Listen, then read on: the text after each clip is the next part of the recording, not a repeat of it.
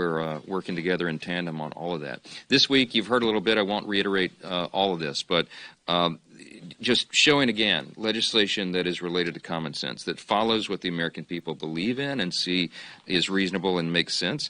It was noted that last year 158 Democrats voted not to punish illegal aliens convicted of stalking and child abuse and domestic violence, but we are standing up for women. And the last Congress, it was noted, 203 Democrats voted to let biological males play in female-only sports. We'll remedy both of those problems this week with our legislation. Nancy Mace's Violence Against Women by Illegal Aliens Act will deport those who fit that description or involved in these horrific crimes.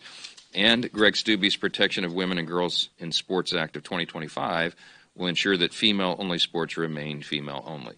Everyone's talking about their children today. I've got two sons and two daughters, and we see the difference, of course. Everyone does, and it's kind of silly to deny it. The American people sent a clear message in November. They want us to return to common sense, and we're going to see if Democrats have heard that message.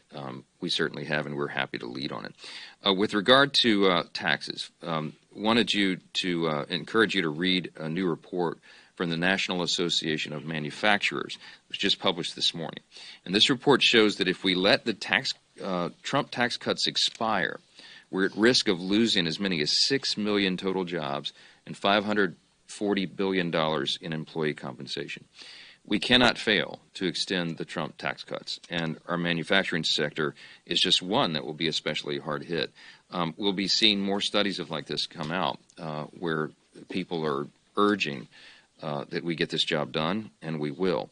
Republicans are united in our belief that we have to make things right here in America with regard to manufacturing, and we're going to set the conditions to do that. If we don't extend the Trump tax cuts, then American workers will be left without jobs, and our middle class will be hollowed out even more than it has been over the last 4 years. We cannot allow that to happen. We will not allow that to happen. So the reconciliation process that the leader spoke of is moving at a very aggressive pace.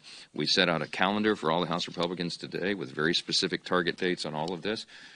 The idea is to have the budget, the underlying piece of the whole reconciliation process, done by late February. We would have the reconciliation bill voted on the House floor before Easter, and then we would have the entire thing done and to the President's desk for signature by Memorial Day. So a very aggressive timetable for a lot of important things that we'll be putting into that legislation, as you know, and those discussions are ongoing.